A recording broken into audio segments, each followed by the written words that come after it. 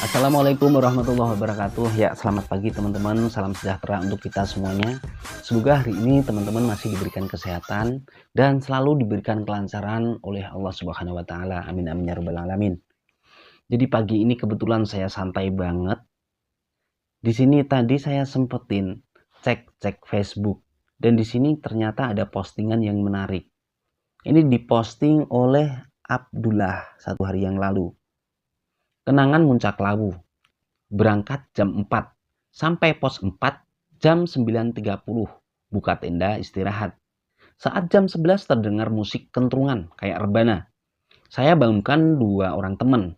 Cek apa juga dengar. Ternyata dengar semua. Kira-kira siapa dan ada tidak yang punya pengalaman begitu? Oh, ini maksudnya gini. Berangkat jam 4, ini jam 4 sore. Posnya nggak dikasih keterangan dia lewat jalur mana, yang jelas sampai pos 4 ini jam setengah 10 malam. Buka tenda istirahat.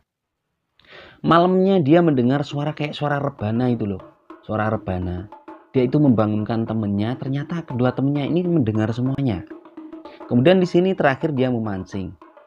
Kira-kira siapa dan ada tidak yang punya pengalaman begitu? Oke, siap.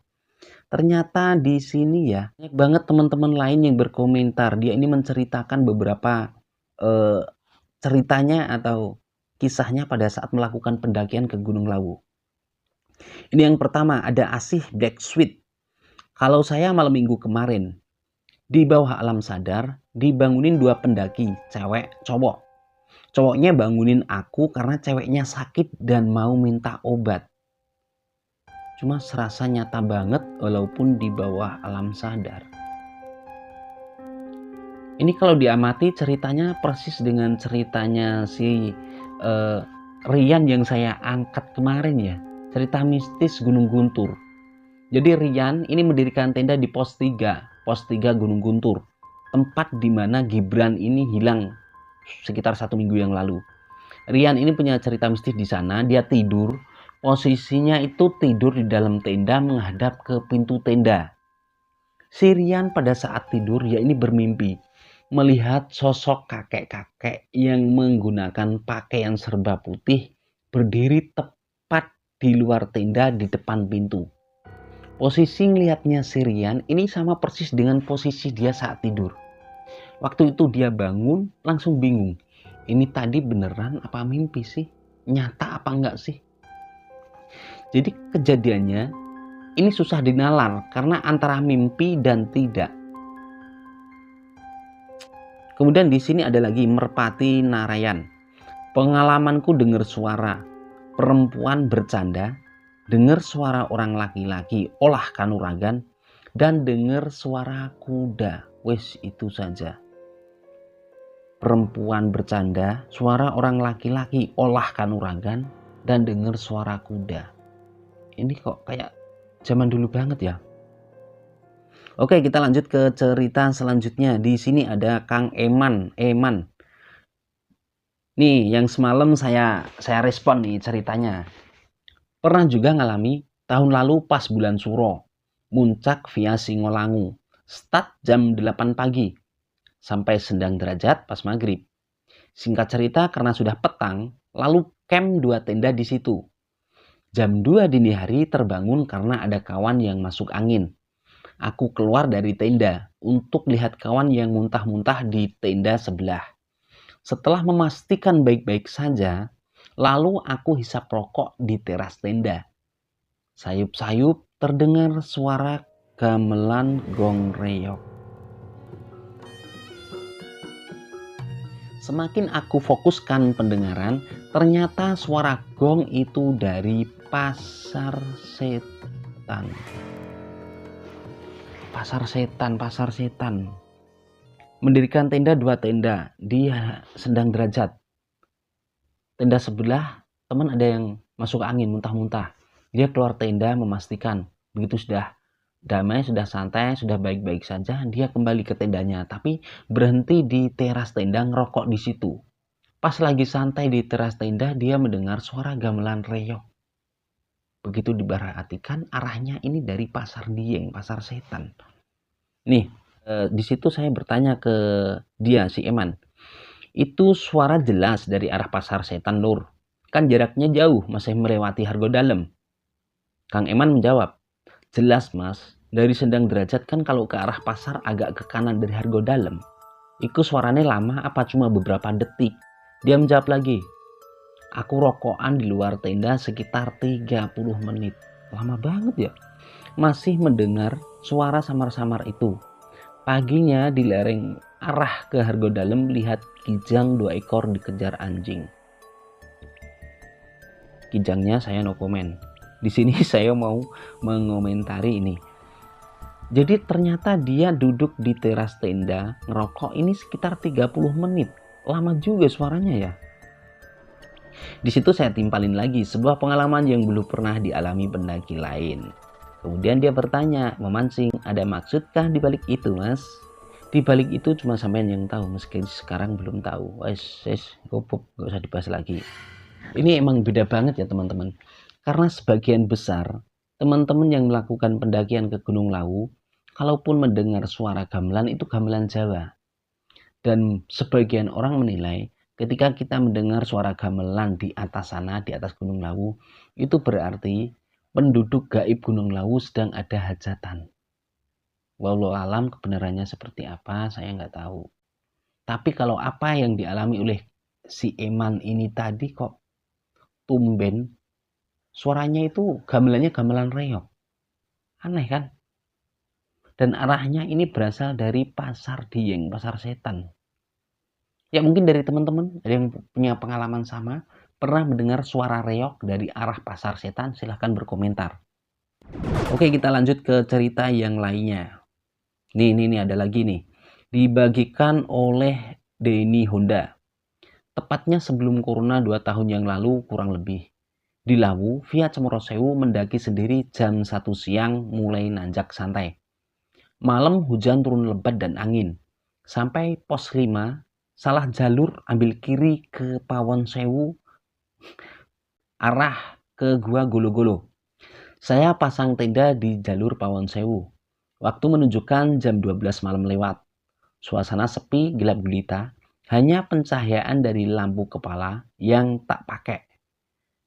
Keliling sebentar, pilih-pilih lokasi yang pas dan aman. Tenda berdiri. Sempat masak buat mie dan kopi, sampai tertidur. Di luar masih hujan lebat. Pagi sekitar jam 6, saya terbangun ada suara orang di sebelah. Saya tengok keluar, kaget. Sebelah ada tenda kurang dari 2 meter. Sejak kapan mereka pasang tenda di sebelah? Setelah saya ngobrol, mereka pasang tenda lebih dulu sekitar jam 9 malam. Jam 9 malam. Tenda kami tepat bersebelahan. Mereka juga nggak menyadari saya pasang tenda di sebelahnya. Padahal mereka juga belum tidur jam 2 malam. Kami sama-sama heran. Akhirnya kami lanjut bareng sampai Hargo Dalem dan berpisah di sana menyisakan pertanyaan dalam hati. Sampai sekarang apa yang sebenarnya terjadi? Oke. Jalur ke arah Pawon Sewu menuju ke Gua Golo-Golo. Jam 12 malam lewat. Hanya pakai headlamp muter-muter lokasi buat bikin tenda. Setelah dapat lokasi, dia mendirikan tenda. Sempat bikin kopi, bikin mie sampai akhirnya tidur. Jam 6 pagi, kaget karena ada suara gaduh di sebelah. Setelah keluar, lihat ternyata ada tenda lain. Kapan mas bikin tendanya? Semalam mas, kurang lebih sekitar jam 9-an. Ini benar-benar aneh ya. Mendirikan tenda sekitar jam 12 malam lewat. Sendiri, sepi, gak ada tenda lain. Karena dia pakai senter. Paginya, sekitar jarak 2 meter dari tendanya, ternyata ada tenda lain. Setelah ditanya, tenda ini ngakunya mendirikan tenda di sini sejak jam 9 malam. Padahal pada saat dia datang jam 12 lewat ini, tenda ini nggak ada. Dan ditanya lagi, yang merasa mendirikan tenda lebih dulu ini juga nggak ngelihat dia datang. Padahal katanya begadang sampai jam 2 malam. Aneh tau?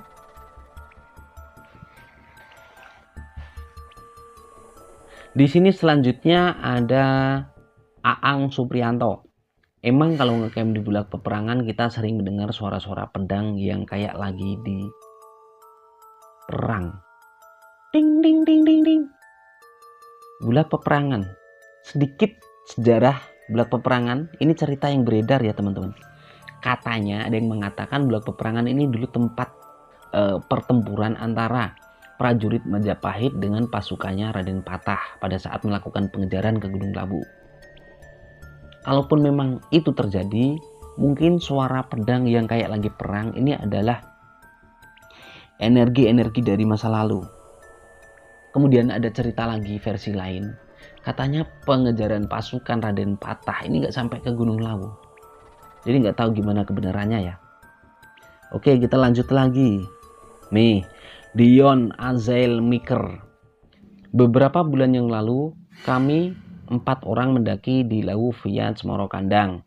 Perjalanan dimulai pukul 10 pagi dan bikin tenda di pos 4 Cokro Suryo pukul setengah 6 sore. Dikarenakan kondisi gelap, berkabut, dan fisik yang mulai lelah, malam sekitar pukul 8 ada 2 orang datang dan kami membangun tenda berhadap-hadapan. Oh, orang yang nyusul ini bikin tenda di depannya. Jadi malam itu hanya ada 2 tenda. Saat itu awal puasa. Dan dari laporan penjaga pos Cemoro Kandang, hanya kami saja yang melakukan pendakian. Malam sekitar jam 2 dini hari, salah satu kawan saya membangunkan kami karena ada suara rame-rame orang mendirikan tenda. Bahkan dari dalam tenda, kami bisa melihat pantulan-pantulan senter dari orang-orang yang baru datang itu. Dalam hati saya sedikit lega karena ada kawan lagi yang datang. Tapi karena suhu yang amat dingin, kami tidak melihat keluar tenda. Tapi kami yakin kalau itu rombongan pendaki yang baru sampai karena kami juga mendengar mereka bercanda dan tertawa.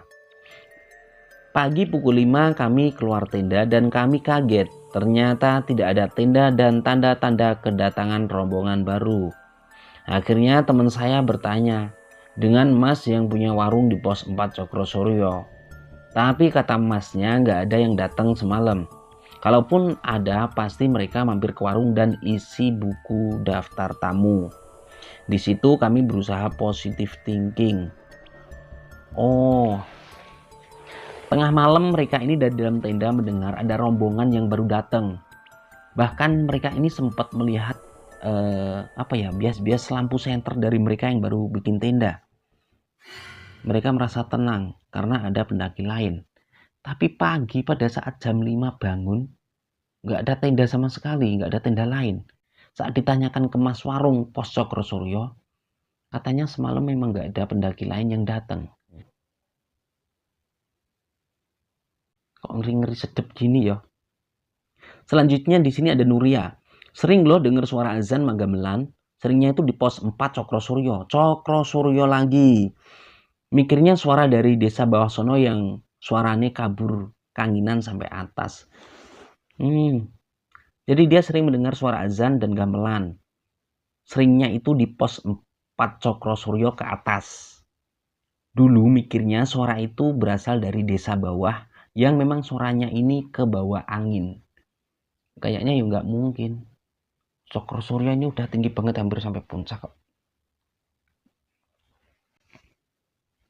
Abu M. Ridwan. Wah, pengalamannya serem-serem. Kalau pengalamanku nggak serem sih. Cuma ditemui pendaki yang meninggal tahun 98. Anjir. Ngobrol panjang lebar di pos 4 via Cemoro Kandang. Cokro Suryo lagi. Awalnya biasa saja, lama-lama merinding juga. Anjir. Ngobrol sama pendaki yang udah meninggal di tahun 98. Ngobrolnya panjang banget di pos 4. Jadi dia ngobrol ini sadar kalau yang dia ajak ngobrol ini adalah pendaki yang udah meninggal. Parah nih orang. Aduh, ayah wae ya.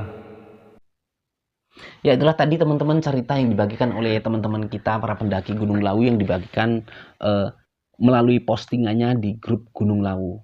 Mungkin teman-teman ada yang pernah mengalami cerita yang sama, silahkan ceritakan sedikit saja di kolom komentar. Siapa tahu nanti ada kesamaan. Dan saya rasa cukup sekian. Terima kasih. Wassalamualaikum warahmatullahi wabarakatuh.